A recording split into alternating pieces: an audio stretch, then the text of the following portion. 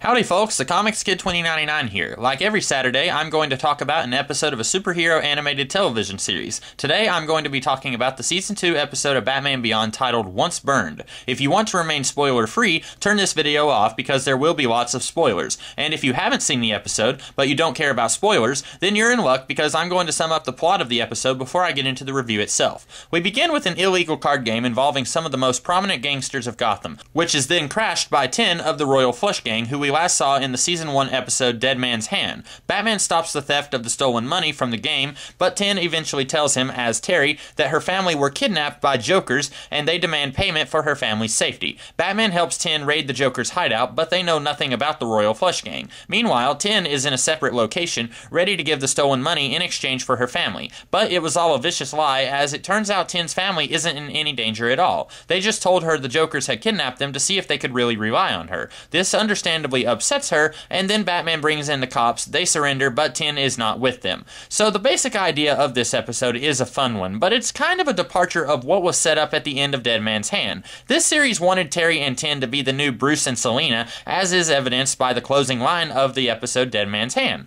But the relationship between these two and what Bruce and Selina has is so very different. Bruce knows where he stands with Selina. She is someone who will steal and, in the comics at least, kill if it means survival or helping someone less fortunate than her. And Selina, likewise, knows where she stands with Batman, because she knows that he's a man of privilege and doesn't have to steal or kill to survive. Even before she knew he was Bruce Wayne, though, she still knew exactly where she and Batman stood in their relationship, both romantically and in the business side of things. But Terry and 10 don't really know where they stand with each other. This whole episode is built on the foundation of Terry not being sure if he can trust 10, even until the last minute of the episode. And this is an idea that the people behind this show were seemingly really in love with. In the behind-the-scenes features on the DVDs, Paul Dini talks about the idea to further the Royal Flush Gang storyline along, where Terry finds the gang back in business, and when he confronts 10, asking why she's back to crime, he finds that it isn't the 10 that he knew, and that the 10 he knew has promoted herself to queen of a new gang. Which is a cool idea, I must admit, but again, it is a different thing than the Catwoman-Batman relationship. And maybe it's not a bad thing that it's different. After all, the people behind this show really prided themselves on this show not copying everything from Batman the Animated Series.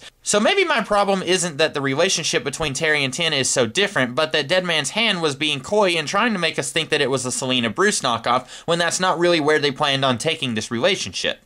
Also, this episode pretty much takes the Terry-10 dynamic as far as it can possibly go. One reason why Bruce and Selina worked so well is that they weren't serious boyfriend-girlfriend. Bruce is basically married to his job, so he is pretty much limited to one-night stands and friends with benefits. But Terry is not Bruce. He has a steady girlfriend. Now, she may be one of the most shallow, one-dimensional, horrible characters that this show has, but he does have a girlfriend. I think Dead Man's Hand works just a little bit better than this episode because in that episode, Terry and Dana were on a break. But here, they're pretty much as happy as we'll ever see them be together, and still, the episode tries to ignore their relationship to shove 10 down our throats and down Terry's throat as well, but literally in that case. And what's amusing is that I actually like 10, a criminal, better than Dana. But regardless of which Paramore I like better, I come to actually like Terry a lot less in this episode because of his two-timing 10 and Dana. And not only that, but in an effort to maintain the status quo, the episode ends with Terry throwing away the note that 10 wrote for him when, as near as I can tell, she was being pretty honest with him. Did he just throw it away because Dana was there and he remembered, just as the writers did, that he had a girlfriend? Or did he think that even though 10 was played by her family, that it was somehow still her fault, so he wasn't going to forgive her? It's another instance of the episode having to end when it still feels like it needs another 2 minutes of conclusion to resolve everything. Amusingly enough, I really enjoyed watching this episode. I've always liked the Royal Flush Gang ever since the first time I saw the episode Dead Man's Hand when I was a young teenager, and I think their appearance in this episode really sealed the deal for me. But when I sat down to compose my thoughts about this episode, I realized there's not a whole lot to really like, and there's not nearly as much to praise about this episode, which is a real shame because I'd love to find something positive to say about an episode that I enjoyed watching so much. Anyway, these were my thoughts on this episode. What did you guys think? If you liked the episode, maybe you can tell us why in the comments below. Or if you didn't like the episode but you liked my review, then be sure to like, share, comment, and subscribe. And if you did like this review, then tune in every weekend to hear me talk about either an episode of Batman the Animated Series or Batman Beyond. And don't forget to tune in throughout the week to see some of my other videos as well. Until next time, have a great rest of the day. I'll catch you later.